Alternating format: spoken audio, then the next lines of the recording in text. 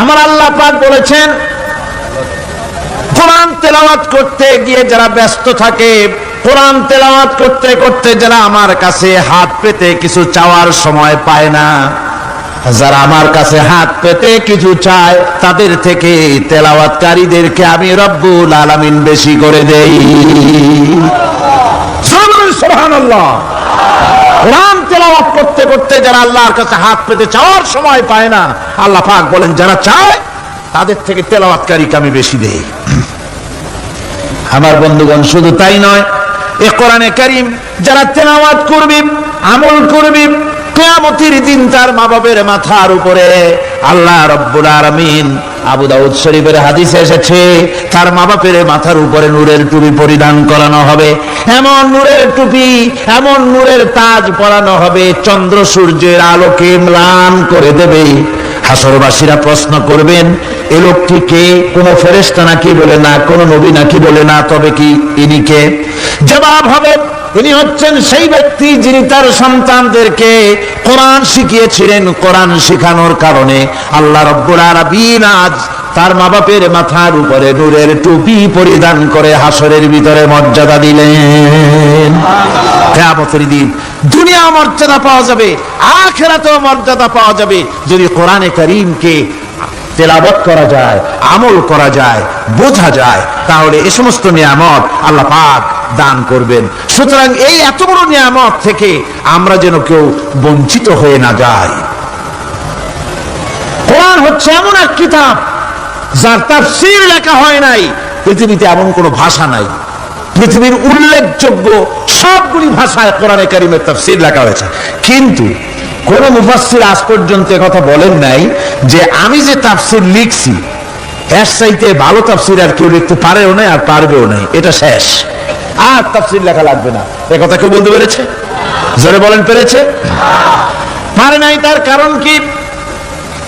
আল্লাহ রাব্বুল আলামিন বলেন, قُلْ لَوْ كَانَ الْبَحْرُ مِدَادًا لِكَلِمَاتِ رَبِّي لَنَفِدَ الْبَحْرُ قَبْلَ أَن تَنفَدَ كَلِمَاتُ رَبِّي وَلَوْ جِئْنَا بِمِثْلِهِ مَدَدًا। আল্লাহ পাক বলেন, নবী আপনি বলুন, আমার রবের কথাগুলি লেখার জন্য যদি সমুদ্রের পানিগুলি, সমুদ্রের সমস্ত পানিগুলি যদি কালিতে পরিণত হয়ে যায়, আর আমার রবের কথাগুলি যদি লেখা শুরু হয়ে যায়, আমার রবের কথাগুলি লেখার পূর্বে সমস্ত সমুদ্রের পানিগুলি শেষ হয়ে যাবে। তারপরে যদি আবার সমুদ্র ভরে দেওয়া হয়, আরো যদি লেখা হয়, তবুও আমার রবের কথা লেখা শেষ হবে না। আল্লাহ রাব্বুল আলামিন বলেন, وَلَوْ أَنَّ مَا فِي الْأَرْضِ مِنْ شَجَرَةٍ أَقْلَامٌ وَالْبَحْرُ يَمُدُّهُ مِنْ بَعْدِهِ سَبْعَةُ أَبْحُرٍ مَا نَفِدَتْ كَلِمَةُ اللَّهِ। আল্লাহ রাব্বুল আলামিন বলেন, মা নাফিদাত কালিমাতুল্লাহ। আল্লাহ পাক বলেন, 7টা সমুদ্রের পানি যদি একত্রিত করা হয়, 7টা সমুদ্রের পানি যদি এক জায়গায় করা হয়, এই পানিগুলি যদি কালিতে পরিণত হয়ে যায়, আর পৃথিবীর সমস্ত গাছগুলি যদি কলমে পরিণত হয়ে যায়, ওই গাছগুলি দিয়ে যদি ওই পানির কালি দিয়ে আমার প্রভুর কথা, আল্লাহ রাব্বুল আলামিনের কোরআনের কথা যদি লেখা শুরু হয়ে যায়, লিখতে লিখতে সমস্ত পানিগুলি, গাছগুলি শেষ হয়ে যাবে, আল্লাহ পাকের কালামের ব্যাখ্যা লেখা শেষ হবে না। মা নাফিদাত কালিমাতুল্লাহ, আল্লাহর কথা লেখা শেষ হবে না। এত বড় বিরাট আজিম কিতাব আল্লাহ পাক আমাদেরকে দান করেছেন। সুবহানাল্লাহ পড়েন। এই কিতাবের এত বড় গুরুভার আল্লাহ রাব্বুল আলামিন বলেছেন, لو أنزلنا هذا القرآن على جبل لرأيته خاشعا متصدعا من خشية الله। আমি যদি এই কোরআনকে পর্বতের উপরে নাজিল করতাম, তাহলে তুমি দেখতে পেতে আমার ভয় ভীত সন্ত্রস্ত হয়ে পাহাড়গুলো চূর্ণ বিচূর্ণ হয়ে যেত। এত বড় আসিম কিতাব আমি তোমাদেরকে দান করেছি, যার গুরুভার বহন করতে কেউ রাজি হয়নি। পাহাড় পর্বত কেউ রাজি হয়নি, মানুষ রাজি হয়েছে। এই মানুষের উপরে আমি এটা অবতীর্ণ করেছি, গোটা বিশ্ববাসীর সামনে এই কিতাব আমি দিয়েছি তোমাদেরকে, এর দ্বারা হেদায়েত তোমরা গ্রহণ করবে। কিয়ামতের দিন আল্লাহর এই বিরাট নিয়ামত আমাদেরকে দান করলেন, আমরা এই নিয়ামতের নাশকর করেছি। অর্থাৎ এই কোরআনকে আমরা ব্যবহার করেছি, সঠিকভাবে করি নাই, বেঠিকভাবে করেছি। প্রথম দিন দ্বিতীয় দিন আমি বলেছি কোরআন শরীফকে শুধু তাবিজ তোমারের জন্য, শুধু সওয়াবের জন্য তেলাওয়াত করেছি। আসলে শুধু সওয়াবের জন্য তো আসেনি কোরআন। কোরআন বুঝতে হবে, আমল করতে হবে, তবে না শান্তি পাবো। আপনি যদি কোরআন হচ্ছে মানুষের জীবন সমস্যার সমাধানের গ্রন্থ। ওষুধ খেলে রোগ ভালো হয়, ওষুধ খেলে কি হয়? কেউ যদি সকাল বেলায় তসবিহ হাতে নিয়ে 500 বার পরে ওষুধ ওষুধ ওষুধ 500 বার পড়লো, রোগ কি ভালো হবে? বরং রোগ আরো বাড়তে পারে চিল্লাইতে চিল্লাইতে। শীতের জন্য লেপটায় যায় না দিয়া কেউ যদি চিল্লাইতে থাকে, জিকির করে লেপ্ত শোক লেপ্ত শোক লেপ্ত শোক, শীত কি বন্ধ হবে নাকি? পানির পিপাসায় ছটফট করে মানুষ যদি চিল্লায় পানি পানি পানি পানি পানি, পানির পিপাসা আরো বাড়বে। তাহলে কি বোঝা গেল? পিপাসা লাগলে পানি পান করতে হবে, শীত লাগলে কম্বলটা গায়ে দিতে হবে, রোগ হলে ওষুধটা খেতে হবে, তাহলে সব সমস্যার সমাধান হবে। অনুরূপ ভাবে আমরা শুধু কোরআনে কারীমকে তেলাওয়াত করি সওয়াবের নিয়তে, তার হুকুমগুলি জীবনের উপরে আমল করি না বলে আজকের জীবন আমাদের বিপর্যস্ত হয়েছে। ব্যক্তিতে, পরিবারে, রাষ্ট্রে শান্তি নাই, কোথাও শান্তি নাই এই কারণে। আর কিয়ামতের দিন রাসূল আসামি করবেন তাদেরকে যারা কোরআন অমান্য করেছে। রাসূল হবেন বাদী, বাদী হবেন কে? যারা বলেন কে বাদী হবেন? রাসূল। আসামি হবে কারা? যারা কোরআন ছেড়ে দিয়েছে। আল্লাহ রাব্বুল আলামিন বলেন وقال الرسول يا رب إن قومي اتخذوا هذا القرآن مهجورا। কিয়ামতের দিন রাসূল আল্লাহর দরবারে ফরিয়াদ করবেন, আয় আমার রব, আয় আমার আল্লাহ তাআলা, এই সমস্ত লোকগুলি তোমার কালামকে, তোমার কোরআনকে অপ্রয়োজনীয় জিনিস বলে তারা পরিত্যাগ করেছিল। আমার বন্ধুগণ,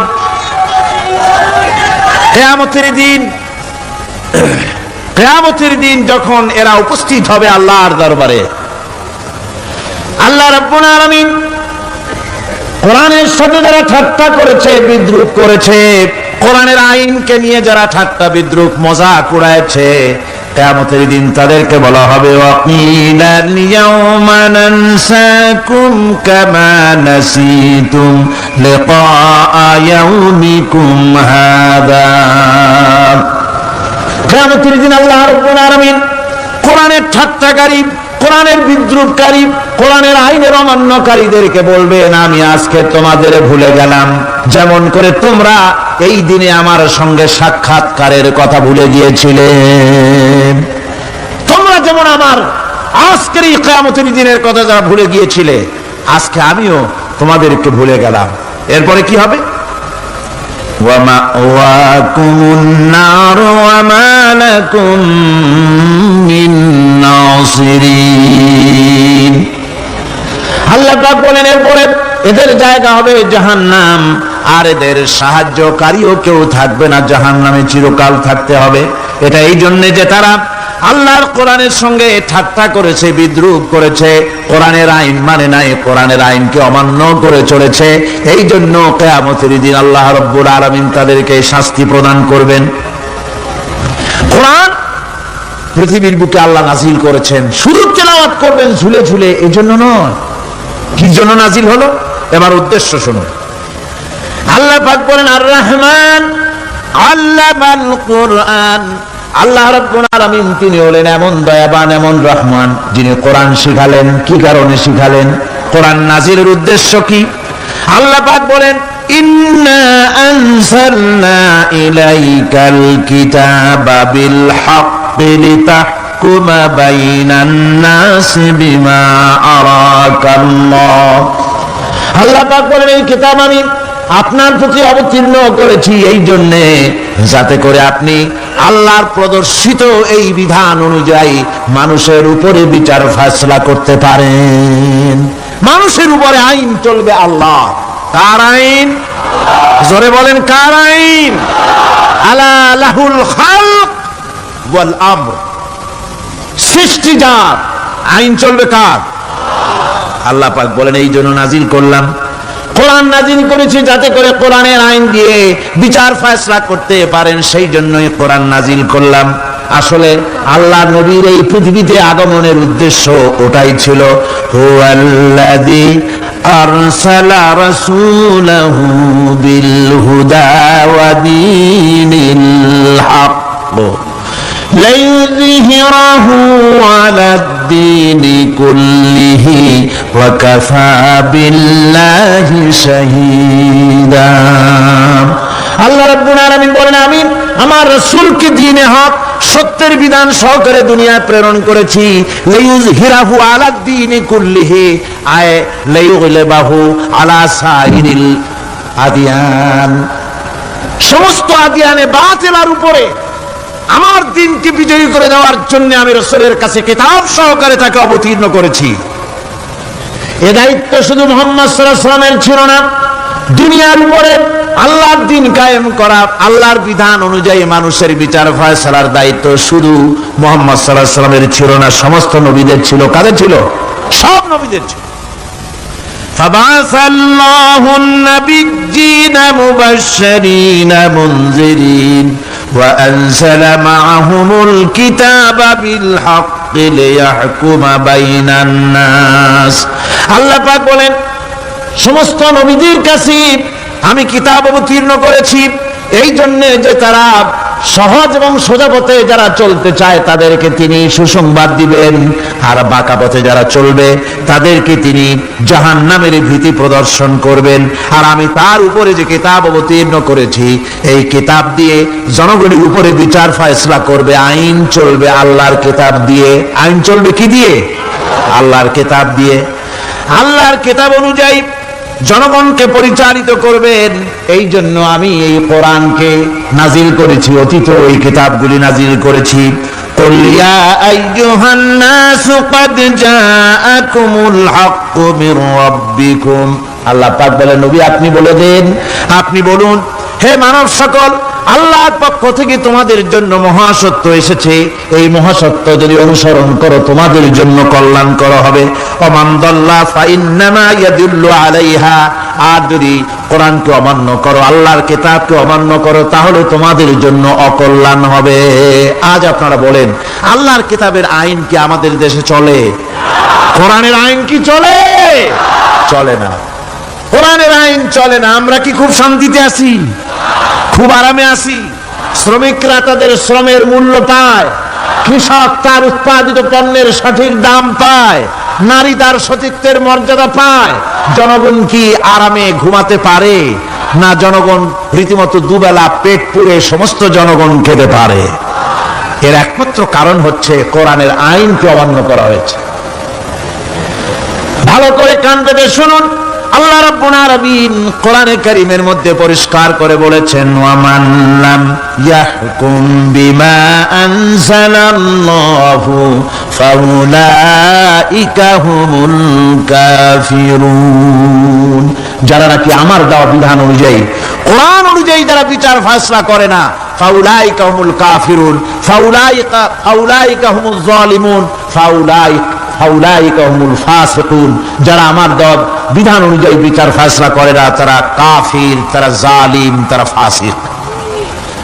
সুতরাং এর ভিতরে এই জুলমের মধ্যে জালিমদের অন্তর্গত, ফাসিকদের অন্তর্গত হয়ে বাংলাদেশের বহু মুসলমান, পৃথিবীর বহু এলাকার মুসলমান এর মধ্যে লিপ্ত হয়ে আছে। কোরআনের আইন চালু না করলে পরে, কোরআনের আইন না মানলে পরে জালিম হতে হবে, কাফির হতে হবে, ফাসিক হতে হবে। অর্থাৎ যতখানি না মানবে ততখানি এই বিশেষণে বিভূষিত হতে হবে। এক শ্রেণীর লোক আছে যারা বলে বেড়ান ধর্ম আর রাজনীতি আলাদা। বলেন কিনা? কর জোরে বলেন, বলে কিনা? ধর্ম আর রাজনীতি আলাদা। তারা বলে আমরা ধর্ম নিরপেক্ষ থাকতে চাই। তারা কি থাকতে চায়? ধর্ম নিরপেক্ষ থাকতে চায়। কোরআনে কারিমে এই ধর্মনিরপেক্ষবাদীদের ব্যাপারে কোরআন কি বলছে শুনুন। আল্লাহ রাব্বুল আলামিন বলেন, আলাম তারা ইলাল্লাযীনা ইয়াজউমুনা আন্নাহুম আমানু বিমা উনজিলা ইলাইকা ওয়া মা উনজিলা মিন ক্বাবলিক। আল্লাহ পাক বলেন, হে নবী, তুমি কি সেই সব লোকদেরকে দেখেছো যারা দাবি তো করে যে আমরা আল্লাহর উপর ঈমান এনেছি আর এই কিতাবের উপর ঈমান এনেছি, এর পূর্বে যত কিতাব নাজিল হয়েছে সেসব কিতাবের উপরেও ঈমান এনেছি। ধর্মনিরপেক্ষবাদীরা তারা তো বলে না যে আল্লাহ মানি না, কোরআন মানি না, একথা বলে না, ওটা বলে না। কি বলে? সেই বলা কথাটাই আল্লাহ এখানে অনেক আগে বলে রেখেছেন।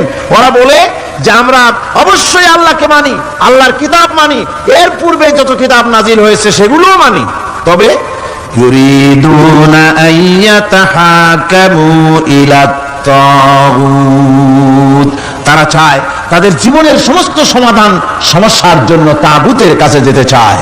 তাগুতকে, আল্লাহকে বাদ দিয়ে তারা যেতে চায় কোথায়? তাগুতের কাছে। জোরে বলেন, কিসের কাছে যেতে চায়? তাগুতের কাছে। তাগুত বলে কারে?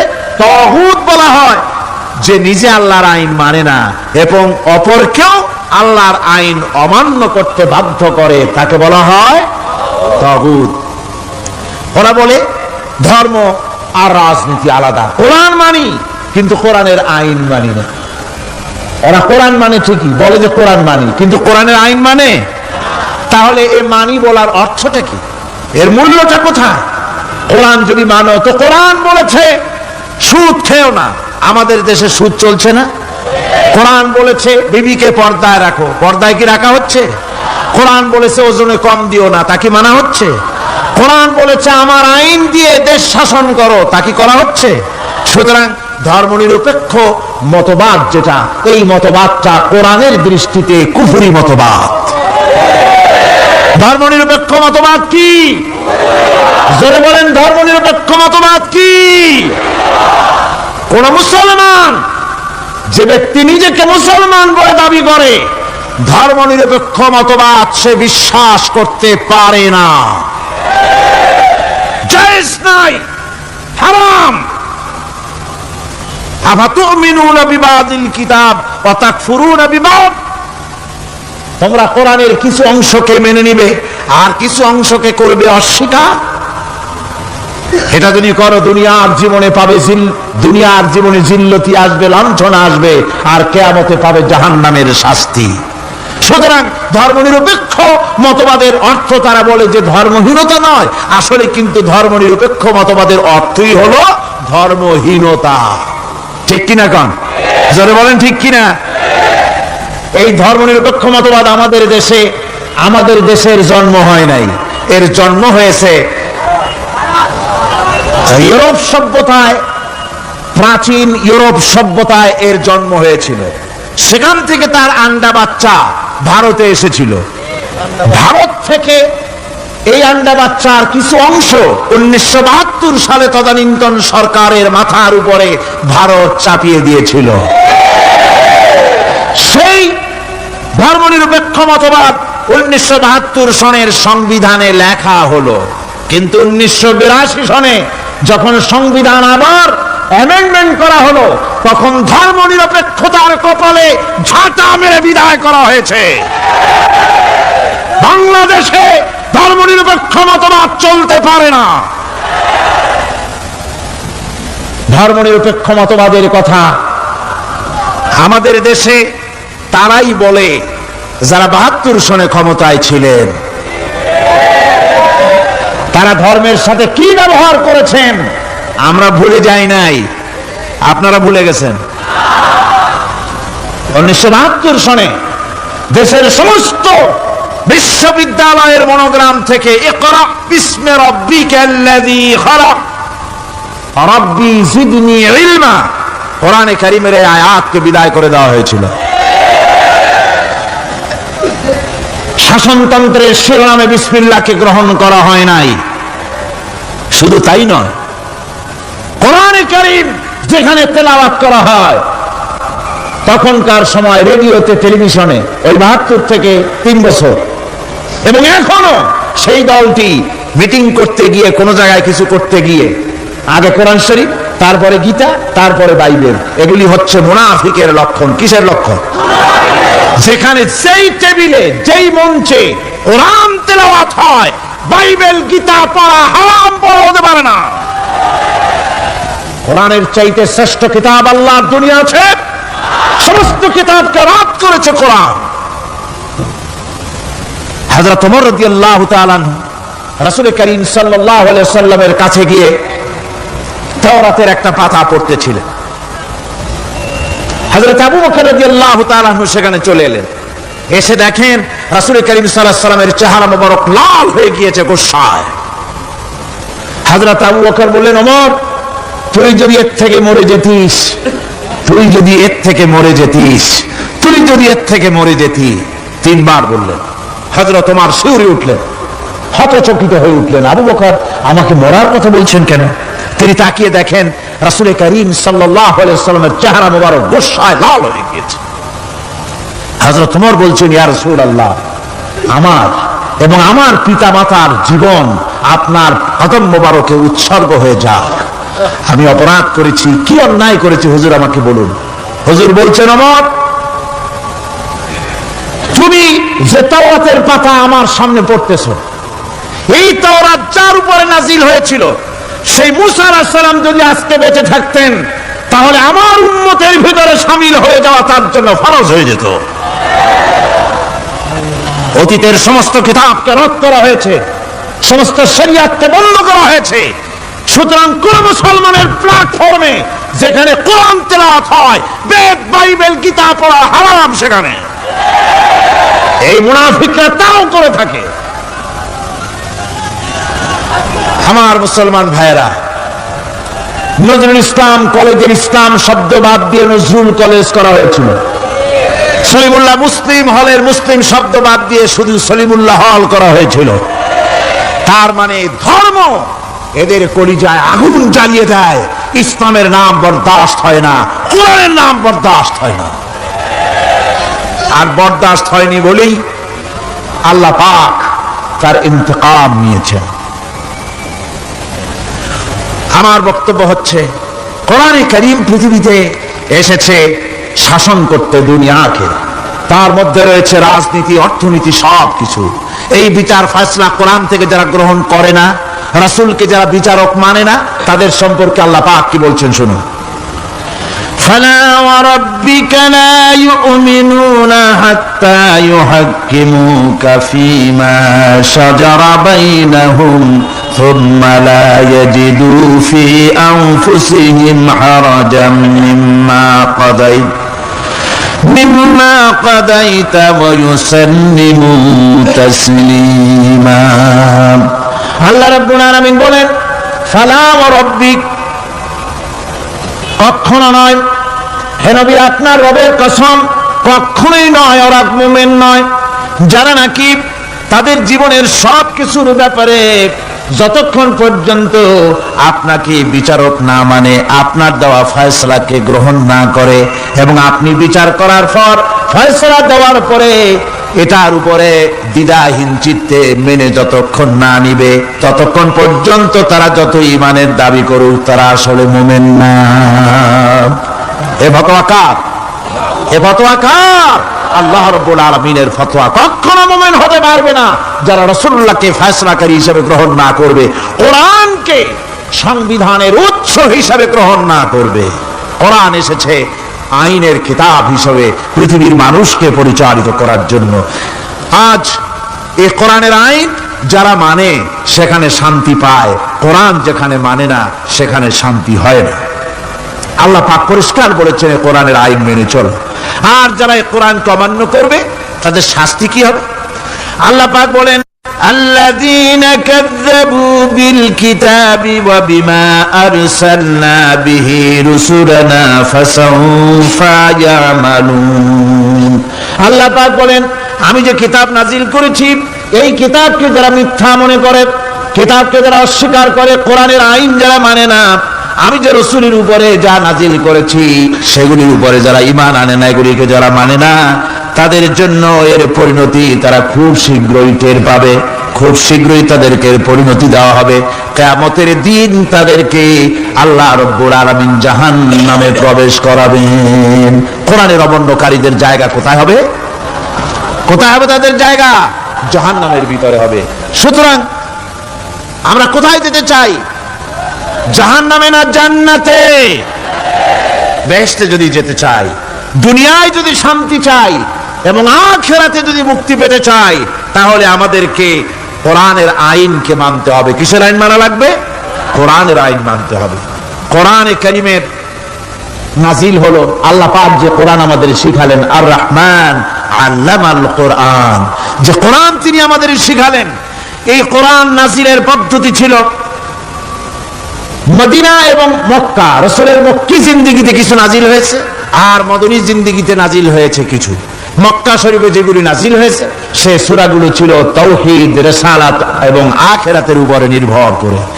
আর মদনী সূরা যেগুলি ছিল সেগুলি ফৌজদারি দণ্ডবিধি, উত্তরাধিকারী আইন, তারপরে যাকাত, ওসর, যুদ্ধ, সন্ধি, বন্দী, এরপরে রয়েছে স্বরাষ্ট্রনীতি, পররাষ্ট্রনীতি, অর্থনীতি, জীবন পরিচালনার সমস্ত বিধি আর ব্যবস্থা মদনী জিন্দেগির সূরাগুলিতে, অবতীর্ণ সূরাগুলিতে আল্লাহ রাব্বুল আলামিন নাজিল করেছেন। কোরআন শরীফ মানুষের সকল সমস্যার সমাধান দিয়েছে। এখানে আমি এখন তার কিছু নমুনা পেশ করছি আপনাদের সামনে, আপনাদের বোঝার জন্য যে কোরআন। অনেকে বলে যে কোরআনের তাফসীরের ভেতরে রাজনীতির আলোচনা হয়। রাজনীতি সেইটুক করি যেটুকুন আল্লাহ কোরআনে করেছেন। যেরকম আলহামদুলিল্লাহ, এর থেকে বাড়ায় কিছু বলি নাকি? না। কোরআন যেটুকুন করেছে, রাসূলুল্লাহ যেটুকুন করেছে, একজন মুসলমান হিসাবে তা করা আপনার আমার জন্য কি সুন্নত? নফল। ওটা করা কি ধরে কর, এটা করা আমাদের জন্য ফরজ। সেই জন্য আমি কিছু নমুনা পেশ করছি আপনাদের সামনে, বুঝতে পারবেন যে কোরআন শুধু নামাজের কথা নিয়ে আসে নাই। কোরআনের মধ্যে আয়াত সংখ্যা কত? ৬,৬৬৬, এটা ঠিক না, কিছু কম আছে। ৬,০০০ কয়েক শত, ভালো করে গুণে দেখা দরকার। তো এই যে আয়াতে কারিমা যেগুলি রয়েছে, এর মধ্যে মাত্র ৫০০ আয়াত হচ্ছে হুকমে শরঈ। ভালো করে শুনুন, ৫০০ আয়াত আদেশ এবং নিষেধ জাতীয়। এটা করো, ওটা করো না, এটা হালাল, ওটা হারাম, এ হলো ৫০০। তো এই যদি ৫০০ হয়, তাহলে বাকি ৬,০০০ কি? বাকি ৬,০০০ ইতিহাস, দর্শন, বিজ্ঞান, রাজনীতি, অর্থনীতি, সমাজনীতি, উত্তরাধিকারী আইন, পররাষ্ট্রনীতি, স্বরাষ্ট্রনীতি, মানুষের জীবনে যা দরকার, ইহকাল, পরকাল, কবর, হাসর, মিজান, সিরাত, জান্নাত, জাহান্নাম, এসব কিছু আল্লাহ পাক বাকি হাজার হাজার আয়াতের মধ্যে বলেছেন। তো ৫০০ আয়াতের পরিচিতি আমাদের জানা আছে, নামাজ, রোজা, হজ, যাকাত, হালাল, বৈধ, অবৈধ ইত্যাদি সম্পর্কে। কিন্তু বাকি আয়াতগুলিতে আমাদের জীবন পরিচালনার ব্যাপারে আল্লাহ পাকের কথা শুনুন, কিভাবে এ কথাগুলি আল্লাহ পাক আমাদের বলছেন। বিচার পদ্ধতি সম্পর্কে শুনুন। কোরআন যে বিচার পদ্ধতি আমাদেরকে দিয়েছেন, নিরঙ্কুশ ন্যায় বিচারের কথা কোরআন বলেছে। কোরআন বলেছে বিচার হতে হবে কি ধরনের? ওয়াইদা হাকামতুম বাইনান নাসি আন তাহকুমু বিল আদল। কোরআন শরীফ বলেছে তোমরা যখন লোকদের মাঝে বিচার ফয়সালা করবে তখন অবশ্যই সুবিচার করবে, জাস্টিস, ন্যায় বিচার করবে। এই ন্যায় বিচার করতে গিয়ে তোমার সামনে যদি বিজাতীয় কোন লোক আসামি হয়ে দাঁড়ায়, অমুসলিম, তখন বিচারটা কিভাবে করবে? কোরআনে কারীম বলছে ওয়ালা ইয়াজরিমান্নাকুম শানাআনু কওমিন আলা আল্লা তা'দিলু।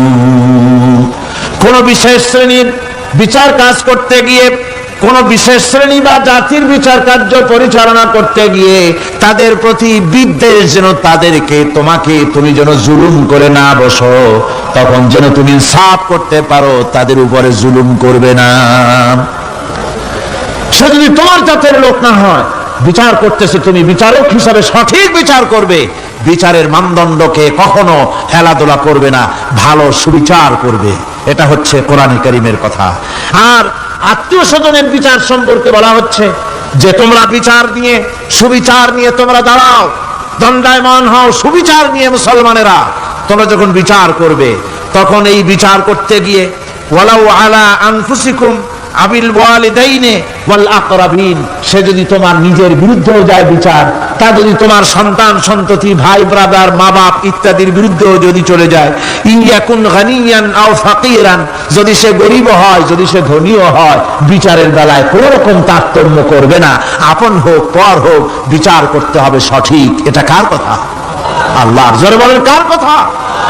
পৃথিবীর কোন ধর্মগ্রন্থে কথা বলেছে? পৃথিবীর কোন জাতি কথা বলেছে? কোরআন বলেছে এই সুবিচারের কথা। সুবিচার করতে হবে, বিচারের বেলায় খবরদার আপন পর এবং কোন ধর্মের লোক এই চিন্তা করতে যেও না। কোরআনে কারিমের রয়েছে, কোরআনে কারিমের মধ্যে রয়েছে ফৌজদারি দণ্ডবিধি, জুডিশিয়াল ল, ফৌজদারি দণ্ডবিধি। এখানে একটা কথা বলে নিতে হয়, আল্লাহর আইন। মূল কথাটা কি? আল্লাহর আইন। আল্লাহর আইনের কথা শোনা মাত্রই এক শ্রেণীর লোকেরা মনে করে আল্লাহর আইন মানেই হলো হাত কাটা, আল্লাহর আইনের অর্থই হলো গলা কাটা, আল্লাহর আইনের অর্থই হলো দৌড়া মারা। এটা একটা বাজে কথা।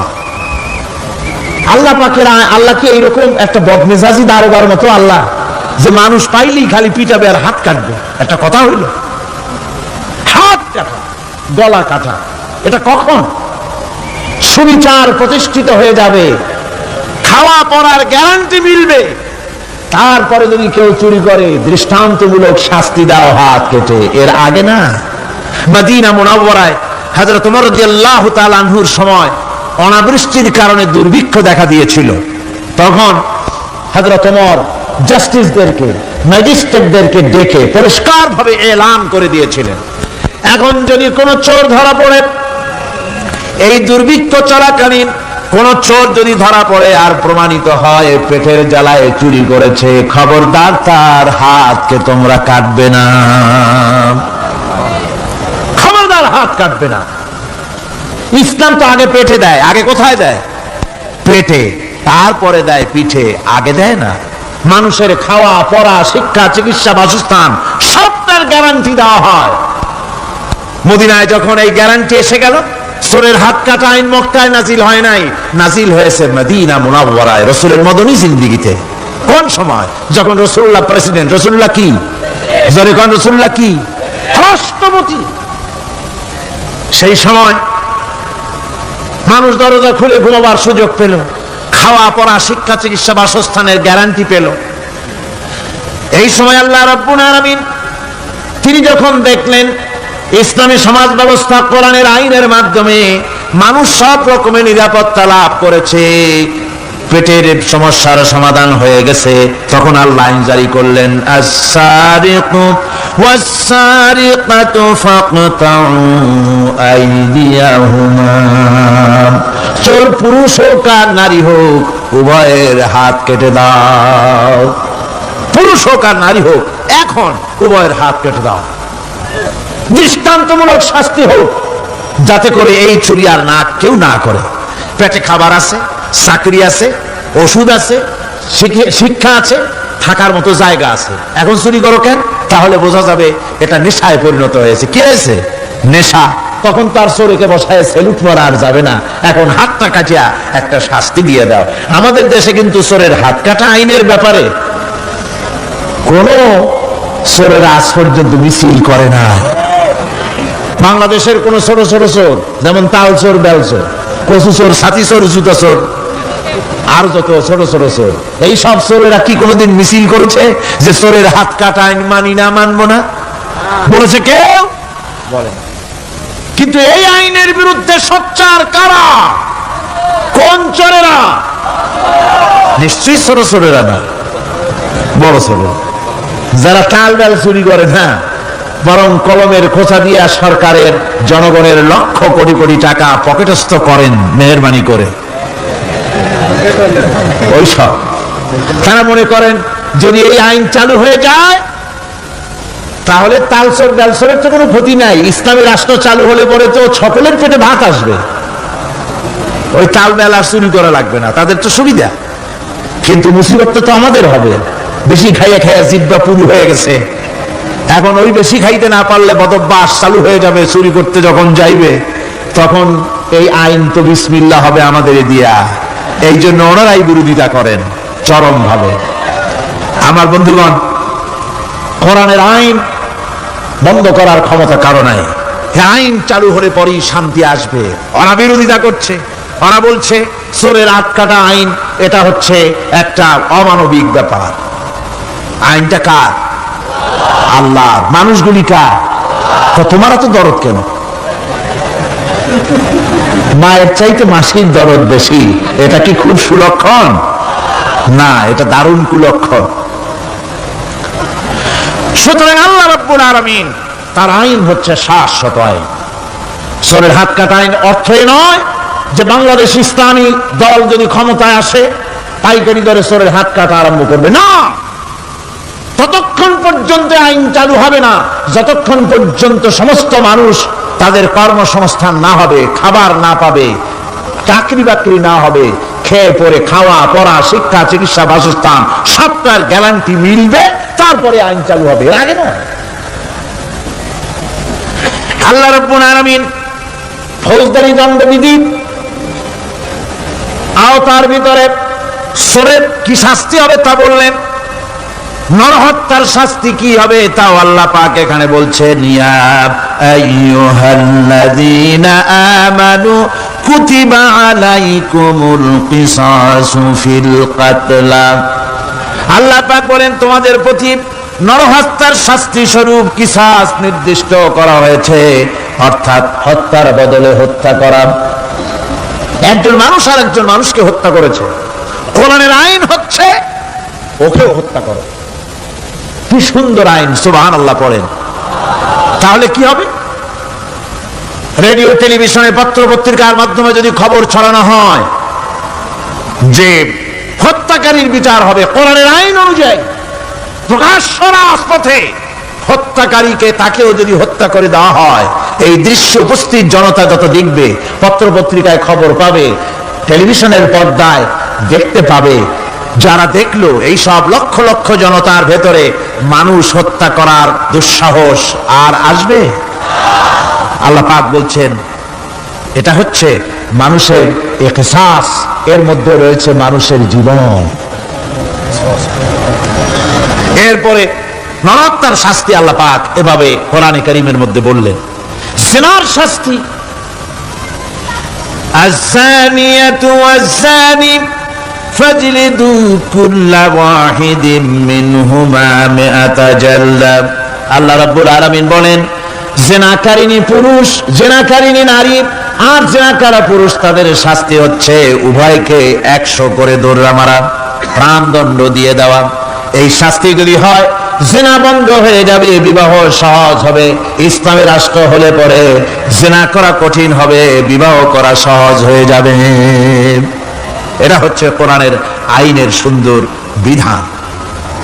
জিনার শাস্তি, চোরের শাস্তি, নরহত্যার শাস্তি জুডিশিয়াল লয়ের আওতায়, ফৌজদারি দণ্ডবিধির আওতায় এগুলি পড়ে। এগুলি সব কোরআন শরীফে আছে না নাই? আছে কিনা? তাহলে কি করে আপনি বলবেন আপনি ধর্ম নিরপেক্ষ? আপনি শুধু ধর্ম আপনার ব্যক্তিগত ব্যাপার আর রাজনীতি একটা আলাদা ব্যাপার। এবারে আল্লাহ রাব্বুল আলামিন মদ পান সম্পর্কে, যারা মদ পান করবে, জুয়া খেলবে যারা, তাদের সম্পর্কে মদ্যপায়ীদের ব্যাপারে আল্লাহ পাক বলছেন, ইন্নামাল খামরু ওয়াল মাইসিরু ওয়াল আনসাবু ওয়াল আজলামু রিজসুম মিন আমালিশ শাইতানি ফাজতানিবুহু। আল্লাহ পাক বলেন নিঃসন্দেহে মদ, জুয়া এবং পাশা, এই সমস্ত খেলাকে, এই সমস্ত জিনিসকে নাপাক ঘোষণা করা হয়েছে। এগুলি সব হতেছে শয়তান কর্তৃক উদ্ভাবিত নোংরা কাজ। এগুলি শয়তানের কাজ। মদ আর জুয়া কার কাজ? জোরে বলেন, কার কাজ? শয়তানের কাজ। সুতরাং ফাজতানিবুহু, এর থেকে তোমরা ফিরে থাকো। আল্লাহ বলছেন মদ এবং জুয়া মানুষকে আল্লাহর জিকির থেকে ফিরায় রাখে। ফাহাল আনতুম মুনতাহুন, এগুলি শোনার পরেও কি তোমরা এর থেকে ফিরে থাকবে না? এবার আল্লাহ রাব্বুল আলামিন ওজনে কম দেওয়া সম্পর্কে বলছেন, যারা ব্যবসায়ী অনেক ব্যবসায়ী আছে, ব্যবসা করতে গিয়ে ধর্ম ব্যক্তিগত ব্যাপার, ব্যবসার মধ্যে ধর্ম নিতে চাই না, কয় যে ধর্ম দারুণ পবিত্র জিনিস, এত পবিত্র, শুধু মসজিদে থাকবে, শুধু মাদ্রাসায় থাকবে, আমার জীবনের বিস্তীর্ণ অঙ্গনে ধর্ম ঢুকতে পারবে না।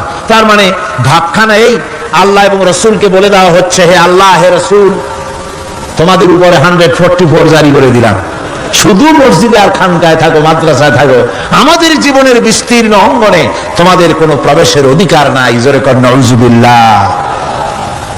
আল্লাহ পাক মানুষের জীবনের সকল ক্ষেত্রে আইন চলবে আল্লাহ, ইনিল হুকমু ইল্লা লিল্লাহ, আইন চলবে কার?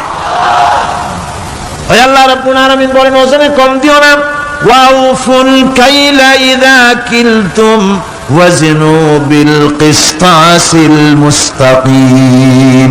মেপে যখন কোন জিনিস দিবে পরিমাপে কম দিবে না, ওজন করে যখন দিবে ওজনেও কম দিবে না। আল্লাহ পাক কোরআনে কারীমের মধ্যে সুন্দর করে সব কথা বলে দিলেন, ওজনে কম করো না, পরিমাপে কম করো না, সঠিকভাবে এটাকে দিও। এতিমের মাল সম্পর্কে কোরআন বলছে, ওয়ালা তাকরাবু মালাল ইয়াতীমি ইল্লা বিল্লাতী হিয়া আহসান। এতিমের মাল ভক্ষণ করা তো দূরের কথা, এর নিকটবর্তী হয় না। তবে হ্যাঁ, এতিম বয়সপ্রাপ্ত হওয়া পর্যন্ত যদি আমানত রাখো সেটা ভিন্ন কথা, কিন্তু এতিমের মালকে ভক্ষণ করো না অবৈধভাবে। এতিমের মালের সুরক্ষার জন্য আল্লাহ পাক বলে দিলেন। অশ্লীলতা সম্পর্কে, আজকে সমাজে অশ্লীলতা চলছে, বেহায়ামি, নগ্নতা চলছে, এ সম্পর্কে আল্লাহ পাক বলছেন, কুল ইন্নামা হারামা রাব্বিয়াল ফাওয়াহিশা মা যাহারা মিনহা ওয়া মা বাতান। আল্লাহ পাক বলেন, হে নবী আপনি বলে দেন, আমার প্রভু নিঃসন্দেহে প্রকাশ্য এবং অপ্রকাশ্য সব রকমের নির্লজ্জতা এবং পাপাচারকে নিষিদ্ধ ঘোষণা করেছেন, হারাম করে দিয়েছেন। প্রকাশ্য এবং অপ্রকাশ্য সব রকমের পাপাচারকে, নির্লজ্জতাকে আল্লাহ পাক নিষেধ করেছেন। আজকে আমাদের দেশের টেলিভিশনে যে সমস্ত নির্লজ্জ বিজ্ঞাপন দেওয়া হয়, নারী দেহের যে সৌন্দর্য প্রদর্শনী করা হয়, এ কি কোনো মুসলমান দেশের করা উচিত? কোন মুসলমানদের জন্য এটা কি বৈধ? আজ নির্লজ্জতা, বেহায়ামি ছড়িয়ে পড়ছে চতুর্দিকে। আল্লাহ পাক নিষেধ করছেন, হারাম করে দিয়েছেন প্রকাশ্য অপ্রকাশ্য সব রকমের নির্লজ্জতা। আল্লাহ পাক তাদের কাছে মজা লাগে, কবিতা পাঠের আসর, গানের আসর, পুঁথি পাঠের আসর, নাচ, নাটক, গল্প ইত্যাদি তাদের কাছে মজা লেগেছে। আমার কোরআনকে তারা আপনার কোরআনকে তারা উপহাস করেছে। এই উপহাস করার কারণেই মুসলমানদের এই চরম অবনতি। আল্লামা ইকবাল বলেছেন, वो ज़माना में मुअज़्ज़ज़ थे मुसलमान होकर और तुम मुखार बने हो तारिके कुरआन होकर। সে যুগের মানুষেরা কোরআনকে সম্মান করে দুনিয়ার বুকে মর্যাদা তারা পেয়েছিলেন, আর আজকে কোরআনকে না মেনে কোরআন থেকে দূরে সরে গিয়ে মানুষেরা আজ চরম ভাবে জিল্লতির মধ্যে পড়ে গিয়েছে। কাজেই আল্লাহ রাব্বুল আলামিনের নবী কিয়ামতের দিন মামলা দায়ের করবেন, বড় মুশকিল হয়ে যাবে মুসলমানদের জন্য, বিপদে পড়ে যেতে হবে। সেজন্য রসুল যে মামলা দায়ের করবেন, ওই মামলায় যেন আমরা আসামি না হয়ে যাই, তার জন্য আমাদের দায়িত্ব হলো কোরআন পড়তে হবে, কোরআন বুঝতে হবে, আর কোরআন অনুযায়ী নিজেদের জীবনকে পরিচালিত করতে হবে। যারা এই কোরআনকে মানবে না, কোরআনের ফয়সালা অনুযায়ী জীবনের ফয়সালা করবে না, তাদের সম্পর্কে আল্লাহ পাক বলেছেন, ওয়ামান লাম ইয়াহকুম বিমা আনজালাল্লাহু ফাউলাইকা হুমুজ জালিমুন। যারা এই কোরআন দিয়ে, এই বিধান দিয়ে বিচার ফয়সালা করে না, তারা জালিম, তারা কাফের, তারা ফাসিক, যারা নাকি কোরআন দিয়ে বিচার ফয়সালা করে না। সুতরাং কোরআনের একটি রাজ কায়েম করার জন্য চেষ্টা করতে হবে, সম্মিলিতভাবে চেষ্টা করতে হবে, যাতে করে সমাজে কোরআনের রাজ কায়েম হয়ে যায়। শুধু তেলাওয়াতের মাধ্যমে নয়, বরং বাস্তবে কোরআনকে জমিনে প্রতিষ্ঠার জন্য সর্বাত্মক প্রচেষ্টা চালাতে হবে মুসলমানদেরকে। আমরা কি সেই প্রচেষ্টা চালাতে রাজি আছি? জোরে বলেন, রাজি আছি? আল্লাহ রাব্বুল আলামিন বলেন, আমি প্রত্যেক নবীর জন্য দুষ্কৃতকারীদেরকে দুশমন বানায় দিয়েছি, অর্থাৎ এই দুশমনি চলতে থাকবে। হঠাৎ করে ফেরেশতা এসে জমিনে দিন কায়েম করে দিয়ে যাবেন, এজন্য সংগ্রাম করতে হবে, এজন্য কষ্ট করতে হবে। আর আল্লাহ পাক বলেন, নবীকে বলছেন, আপনাকে সাহায্য করার জন্য, সত্য পথ দেখাবার জন্য আর সাহায্য করার জন্য আমি আল্লাহ আপনার জন্য যথেষ্ট। যখন দিন কায়েমের জন্য সংগ্রামে মানুষ লিপ্ত হয়ে যাবে, আল্লাহ পাক বলেন, শত্রুদের হাতে অসহায় করে আমি তোমাদের ছেড়ে দেব না। ওয়া কানা হাক্কান আলাইনা নাসরুল মুমিনিন। মুমিনদের সাহায্য করা আমি আল্লাহর জন্য ওয়াজিব। মুমিনদের জন্য সাহায্য করা আল্লাহর কি হক। আল্লাহ বলেন, আমি মুমিনদেরকে সাহায্য করব, ভয় পেও না। ওয়ালা তাহিনু ওয়ালা তাহজানু ওয়া আনতুমুল আলাউনা ইন কুনতুম মুমিনিন। কোনো ভয় নাই, কোনো চিন্তা নাই, যদি মুমিন হও আমি আল্লাহ তোমাদেরকে বিজয়ী করব। মুমিন হওয়া লাগবে। আর যদি মুমিন না হও তাহলে বারবার মতো কাফেরের দেশ ভয় দেখাবে, ভয়ের চলে চির হয়ে পড়বা। বুঝলেন? ইমান যদি থাকে, ইমানের মজবুতি যদি থাকে, তাহলে মুসলমান লড়াই করে এসেছে, ইতিহাস দেখিয়ে এসেছে। সামান্য কয়েকজন মুসলমান, আল্লাহ বলেছেন 10 জন যদি হও 100-র উপরে আমি তোমাদেরকে জয়যুক্ত করব। সুবহানাল্লাহ। মুত্তাকি হতে হবে, সাবের হতে হবে। মুসলমান হলে তার তো ভয়ের কিছু নাই।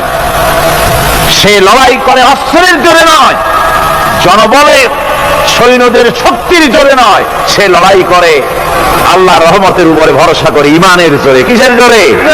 ইমানের জোরে। এই জন্য মুসলমানদের সাথে যারাই লড়াই করতে এসছে, মার খাইয়া পলাইয়া কুল পায় নাই, মহাবীর দুর্বল সিংহের মতো পলাইছে।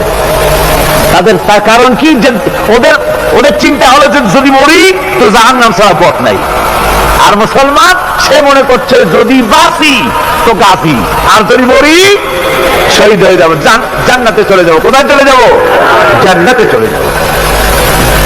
আমার ভাইয়েরা, এজন্য বিশ্বকবি, কবি সম্রাট আল্লামা ইকবাল বলেছেন, বাতিল সে দবনে ওয়ালে है आसमान ही हम, बातिल से दबने वाले है आसमान ही हम, सो बर कर चुका है तो इम्तिहान हमारा। বাতিলের সামনে মাথা নত করার জাত আমরা না। আকাশ সাক্ষী, জমিন সাক্ষী, এ পৃথিবী সাক্ষী। মুসলমানেরা কখনো, ইমানদার মুসলমানেরা কখন মাথা, কোন সময় তারা মাথা নত করে না। তারা সেই বীর জাতি। দস্ত দস্ত হ্যাঁ দরিয়া ভি ন ছোড়ে हमने, दस्त दस्त है दरिया भी न छोड़े हमने, बहरे जुल्मत में दौड़ा दिए घोड़े हमने। আমরা সেই জাতি, প্রান্তর তো প্রান্তর।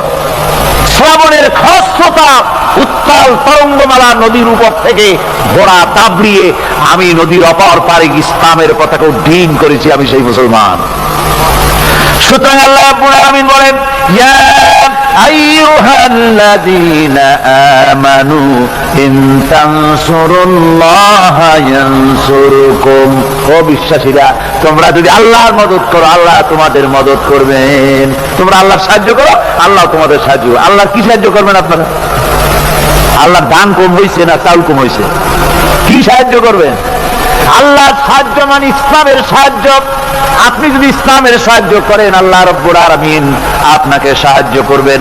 আর সাহায্য এমন ভাবে করবেন, ইতিহাসে বহু কথা আছে, আমি সংক্ষেপ করে দিচ্ছি। বদরের প্রান্তরে মাত্র কয়েকজন মুসলমান, আল্লাহ পাক তাদেরকে কিভাবে জিতালেন।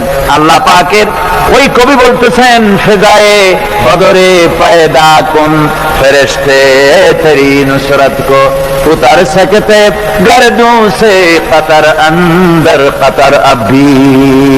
বদরের প্রান্তরে মুসলমানদের ঈমান ছিল, ওই ঈমান যদি তোমরা আনতে পারো তাহলে আমি আল্লাহ রাব্বুল আলামিন কাতারে কাতারে ফেরেশতা তোমাদের জন্য অবতীর্ণ করে দিতে পারি। যেরকম সুবহানাল্লাহ।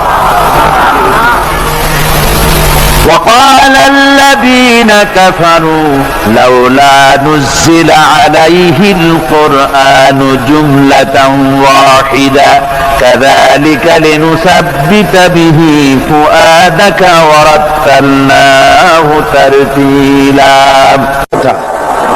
আল্লাহ পাক কোরআন শরীফের মধ্যে বলেছেন,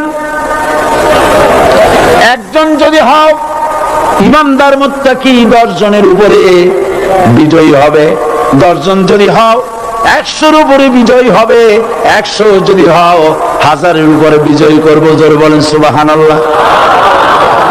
কবি বলতেছেন, ফিজায়ে বদরে পয়দা কোন फरिश्ते तेरी नुसरत को उतर सकते गर्दू से कतर अंदर कतर अब भी।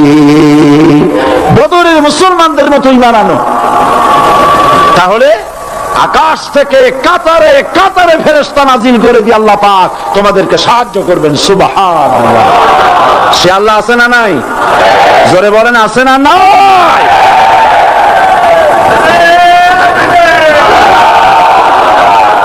সেই আল্লাহ রাব্বুল আলামিন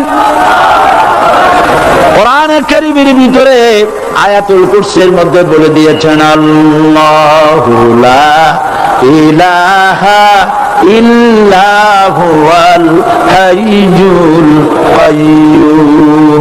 প্রাণ খুলে সবাই পড়েন, বসা মানুষ দাঁড়ানো মানুষ। আল্লাহু লা ইলাহা ইল্লা হুয়াল হাইয়ুল কাইয়্যুম। আল্লাহ রাব্বুল আলামিন, তিনি ছাড়া কোনো ইলাহ নাই, তিনি সার্বভৌমত্বের মালিক, কেউ নাই আল্লাহ ছাড়া। এই কথা মানুষকে ঘোষণা করতে হবে, ঘাবড়াবার কারণ নাই। এর অর্থ এই নাই যে আপনারা কালেমার দাওয়াত দিবেন আর রাষ্ট্র শক্তি আপনারা পিটাইতেই থাকবে, আপনার কোনদিন আপনার সুদিন ফিরে আসবে না। বিষয়টা কি এমন না। আমার আল্লাহর ওয়াদা শুনুন, ওয়ালা তাহিনু ওয়ালা তাহজানু ওয়া আনতুমুল আলাউনা ইন কুনতুম মুমিনিন। মুমিন যদি হও আমি তোমাদেরকে বিজয় দান করব। সুবহানাল্লাহ বলেন। আজ যদি আমাদের উপর বিপদ এসে থাকে তাহলে তার একমাত্র কারণ পূর্ণাঙ্গ ঈমানের অভাব আমাদের মধ্যে রয়েছে, ঠিক কিনা? আজ পৃথিবীতে সব থেকে মার খায় কারা? চিল্লায় বলো। আলজেরিয়ায় কারা? বসনিয়ায় কারা? চেচনিয়ায় কারা? প্যালেস্টাইনে কারা? যুরিবাত আলাইহিমুয যিল্লাতু ওয়াল মাসকানা ওয়া বাউ বিগাদাবিন মিনাল্লাহ। আল্লাহর গজব আসবে, ইহুদিরা পৃথিবী থেকে নিশ্চিহ্ন হবেই হবে ইনশাআল্লাহ। দেখেছেন তাকায়া প্যালেস্টাইনে ইসরায়েলিরা হেলিকপ্টার, গানশিপ, কামান, বোমা নিক্ষেপ করছে, আর প্যালেস্টাইনের শিশু, কিশোর, যুবকেরা ইহুদিদের নিক্ষিপ্ত বোমা আর কামানের মোকাবেলা করতেছে পাথর দিয়ে। আমি আমার অন্তরের অন্তঃস্থল থেকে ধন্যবাদ জানাই, মোবারকবাদ জানাই খালিদ বিন ওলীদের উত্তরসূরি, খাব্বাব খোবাইবের উত্তরসূরি প্যালেস্টাইনের ওই সব যুবকদেরকে যারা কাফের বেঈমান ইহুদিদের মোকাবেলা করতেছে ইট আর পাথর দিয়ে। আর আমি আমার অন্তরের অন্তঃস্থলের সমস্ত ঘৃণা দিয়ে আমি ধিক্কার জানাই পৃথিবীর মুসলিম শাসকদেরকে, যারা মুসলমানদের মার দেখে চুপ করে যারা বসে আছে।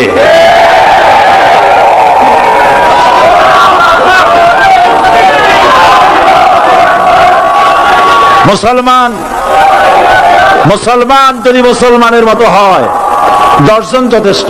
কয়জন যথেষ্ট? কোথায় আছে কথা? আল্লাহ পাক কোরআন শরীফের মধ্যে বলেছেন, একজন যদি হও ইমানদার মুত্তাকি 10 জনের উপরে বিজয়ী হবে, 10 জন যদি হও 100-র উপরে বিজয়ী হবে, 100 যদি হও 1000-এর উপরে বিজয়ী করব। জোরে বলেন সুবহানাল্লাহ।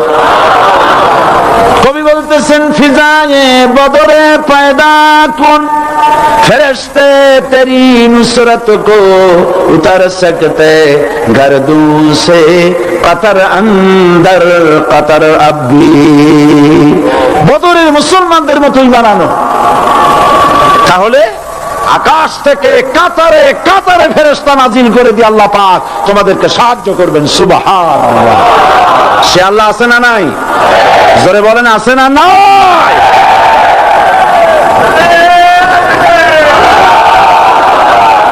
সেই আল্লাহ রাব্বুল আলামিন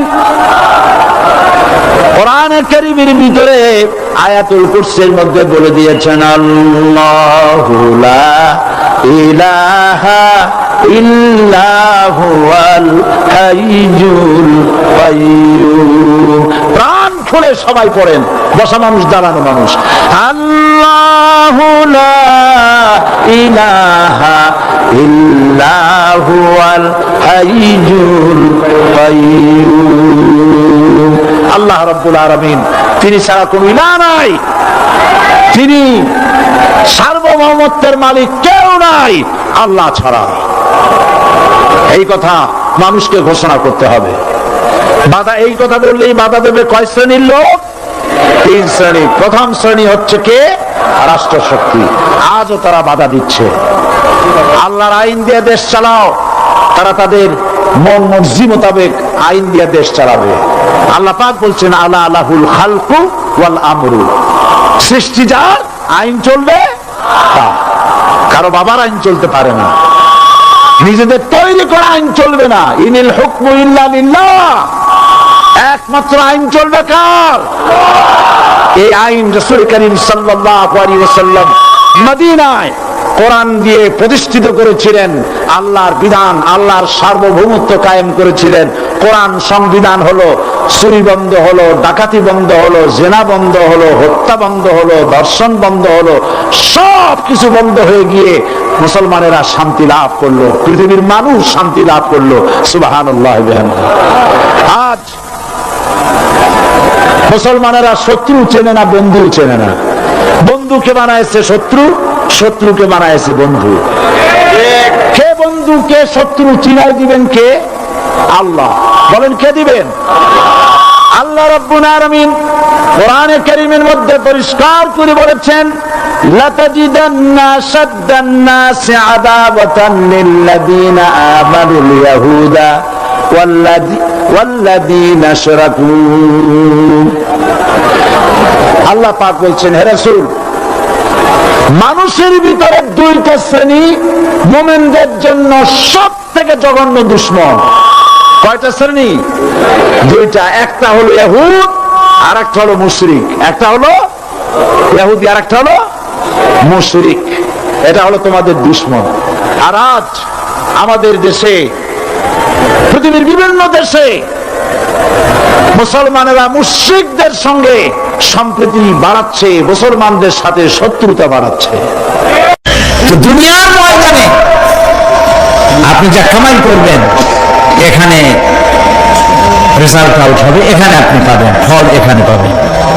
যা করবেন, এখানে গাছ লাগাবেন, ফল লাগাবেন, এখানে পাবেন। আর আল্লাহর জন্য যেটা করবেন, সেটার ফল, সেটার রেজাল্ট কিয়ামতে বাইর হবে। সুবহানাল্লাহ। এখানে পরীক্ষা দিয়ে যদি কেউ ফেল করে, ম্যাট্রিক পরীক্ষা দিয়ে ফেল করেছে, ফাজিল পরীক্ষা দিয়ে ফেল করেছে, আবার পরীক্ষা দিয়ে পাস করার সুযোগ আছে, আবারও ফেল করেছে, আবারও পরীক্ষা দিয়ে পাস করার সুযোগ আছে। 10 বার যদি ফেল করে, আরো 10 বার পরীক্ষা দিয়ে পাস করার সুযোগ আছে। কিন্তু কিয়ামতের দিন আল্লাহ রাব্বুল আলামিনের জীবনের পরীক্ষায় কোনো মানুষ যদি আল্লাহর আদালতে ফেল করে বসে একবার, দ্বিতীয়বার পরীক্ষা দেওয়ার আর কোনো সুযোগ নাই।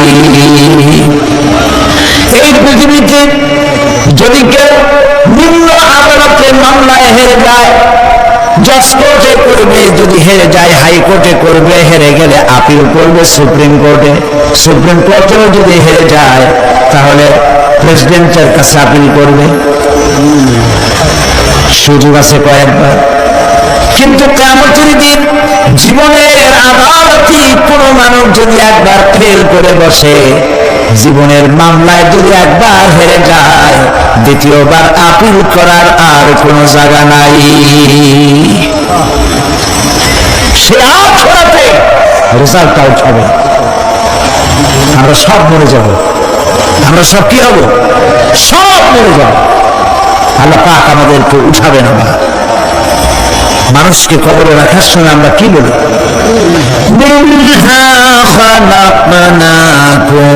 জানেন না? পড়েন, মিনহা খালাকনাকুম ওয়া ফিহা নুঈদুকুম ওয়া মিনহা নুখরিজুকুম তারাতান উখরা। এই মাটি দিয়ে তোমাকে তৈরি করা হয়েছিল, এই মাটির মধ্যে রেখে গেলাম, এর থেকে আবার তোমাকে উত্থিত করা হবে। কে বলতেছেন কথা?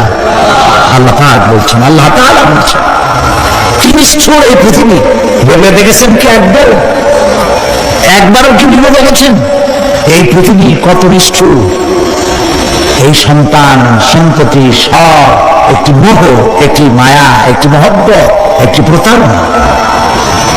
যে বইয়ের জন্য হারাম ইনকাম করেছেন, যে সন্তানদের জন্য হারাম ইনকাম করেছেন, জান দিলেন, রক্ত দিলেন, জীবন দিলেন, সারা রাত কষ্ট করেছেন, দৌড়দৌড়ি করেছেন, যখন মরে গেলেন, যে বাচ্চাটা আপনি কোলে না নিলে কলিজা ঠান্ডা হয় না, সেই বাচ্চা বলবে, মাকে বলবে, মা বাপের লাশ যে রুমে আছে আমার সেখানে নিও না, আমার ভয় করে। ঠিক কিনা? স্ত্রীও আরো দু একজন লোক না হলে লাশের ঘরে থাকতে পারবে না, তারও ভয় করবে। থাকলে বড়জন মা থাকতে পারে, বাপ থাকতে পারে।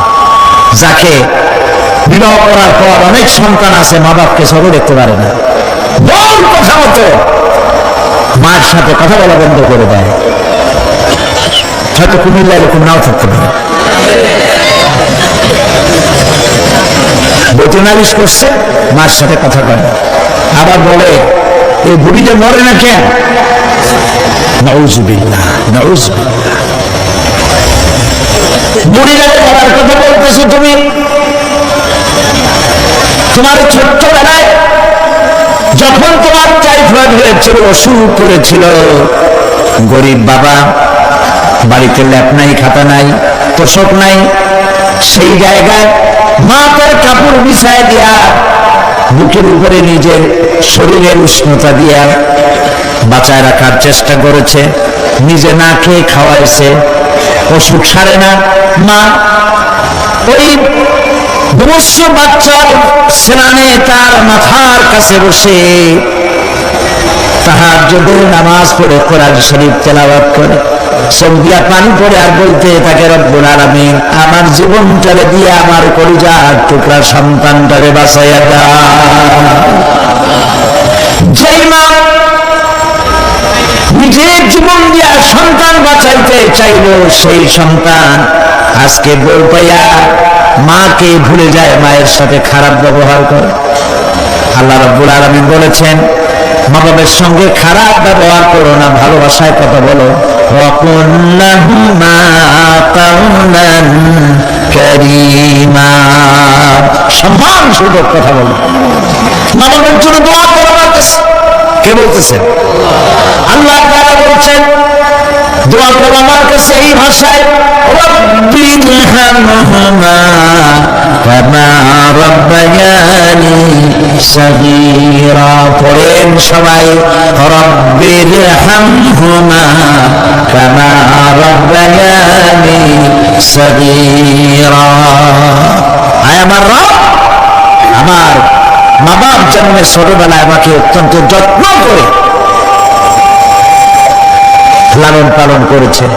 আল্লাহ তাআলা তুমি দয়া করে আমার মা বাপকে তোমার রহমতের করে লালন পালন করো। সুবহানাল্লাহ। প্রত্যেক নামাজের পর সকলে এই দোয়া করবেন, মনে থাকবে? মনে থাকবে? প্রিয় ভাই সব, সেই কিয়ামতের মাঠে আমাদেরকে উঠতে হবে, আল্লাহর দরবারে উঠতে হবে। সেই সময় আমাদেরকে কেউ উপকার করবে না। يوم لا ينفع مال ولا সম্পদ আর সন্তান সন্ততি কোনো কাজে লাগবে না। মা তার সন্তানকে চিনবে না, সন্তান তার মাকে চিনবে না, বাপ তার সন্তানকে চিনবে না, কেউ কাউকে পরিচয় দিবে না। কি মারাত্মক অবস্থা! মানুষ চরম অসহায় হয়ে যাবে। চতুর্দিকে ফেরেশতার আনাগোনা, সূর্য মাত্র 1 হাত উপরে, প্রচন্ড তাপ নিয়ে সূর্য অবস্থান নেবে, মাথার চামড়ি ফেটে গিয়ে গুনাহগারের মাথার মগজ গলে গলে পড়তে থাকবে। পিপাসার যন্ত্রণায় জিহ্বাটা ঝুলে কুকুরের মতো করে নাভিস্থল পর্যন্ত চলে পড়বে। কেউ উপকার করবে না, কেউ জিজ্ঞাসা করবে না। অনেক লোক আছে পীরের কাছে মুরিদ হয় আর মনে করে পীর সরকারে কিয়ামতে সুপারিশ করবে। অসম্ভব। আয়াতুল কুরসির মধ্যে আমরা পড়ি, মান যাল্লাযী ইয়াশফাউ ইনদাহু ইল্লা বিইজনিহি। কে আছে এমন, কার হিম্মত আছে আল্লাহ পাকের বিনা অনুমতিতে কথা বলে? সুবহানাল্লাহ। কোথার পীর কোথার খাজা বাবা হারায় যাবে। ইব্রাহিম আলাইহিস সালামের মতো পয়গম্বর কি মনে করো? আল্লাহর খলিল। ইব্রাহিম আলাইহিস সালাম আল্লাহর কি? আল্লাহর খলিল। আল্লাহর খলিল কিয়ামতের দিন বলবেন, আল্লাহ পাক, আয় আল্লাহ তাআলা, আমার বাপের কাছে আমার একটা ওয়াদা ছিল, আমি সুপারিশ করবো তার জন্য, তুমি দয়া করে আমার বাপকে জাহান্নাম থেকে ক্ষমা করো, আমি তার জন্য সুপারিশ করতেছি। আল্লাহ তাআলা বলবেন, ইব্রাহিম, তোমার সুপারিশ মঞ্জুর হলো না। কথা বুঝতেছেন না? বুঝতেছেন না? ইব্রাহিম আলাইহিস সালাম যদি বাপের জন্য সুপারিশ করতে না পারে, ইব্রাহিম আলাইহিস সালাম তিনি যদি তার বাপের জন্য সুপারিশ করে যদি ব্যর্থ হন, আপনার পিসাব কোন কামে লাগবে চিন্তা করেন। নবী করিম সাল্লাল্লাহু আলাইহি ওয়াসাল্লামকে প্রশ্ন করা হয়েছে, হে রাসূল, আপনার আব্বা আম্মার অবস্থা কি হবে? কথা কি শোনেন নাকি? আপনার আব্বা আম্মার অবস্থা কি হবে? নবী করিম সাল্লাল্লাহু আলাইহি ওয়াসাল্লাম বলেছেন, আমি আমার আব্বা আম্মার কোনো দোকানে আসবো না। ইন্না লিল্লাহি ওয়া ইন্না ইলাইহি রাজিউন। তাহলে কোন সাহসে মনে করতেছেন কোন পীর কোন একটা বিদেশ থেকে দেশের থেকে একটা নাসিল হলে আর ওইটার পিছনে পিছনে দৌড়াবেন? সে আপনারা নাজাত দেবে, তার পায়ে চুমা খাবেন, এই পায়ে হাত দিয়ে কত বুঝি করা বলতেন। টাকা ইনকাম করার জন্য মানুষকে ভুল পথে পরিচালিত করছে অনেক পীর। আছে না? খালি মানুষের টাকা দেয়, জামায় অনেক পথে, খালি টাকা নেয় সমান ঢুকাইতে দেবে চতুর্দিক দিয়ে। বাইরে বোঝার উপায় নাই, কিন্তু অনেক পীর আছে এমন, ঢাকা শহরে বড় বড় মার্কেটের মালিক, আমি জানি, বড় বড় মার্কেটের মালিক, বিরাট ব্যবসায়ী, জামা পরিষ্কার করে না 2 মাসও। মানুষের দেখানোর জন্য গামছাটা নাকের কাছে ধরে ফট ফট করে আওয়াজ করে, মনে হয় যেন কাঁদতেছে। আজ বিশাল প্রচন্ড। আমি যে নিজেকে শিখাই লা ইলাহা কতক্ষণ, ইল্লাল্লাহ কতক্ষণ, আল্লাহ আল্লাহ কতক্ষণ, কোথায় পেয়েছে? ইল্লাল্লাহ ইল্লাল্লাহ কিসের দিকে? ইল্লাল্লাহ মানে কি? আল্লাহ ছাড়া, আল্লাহ ছাড়া, আল্লাহ ছাড়া, আল্লাহ ছাড়া কি? কাজে রাসূলুল্লাহ যা করেন এগুলো বেদাত, এইসব পীরের কাছে যাবেন না, মনে থাকবে।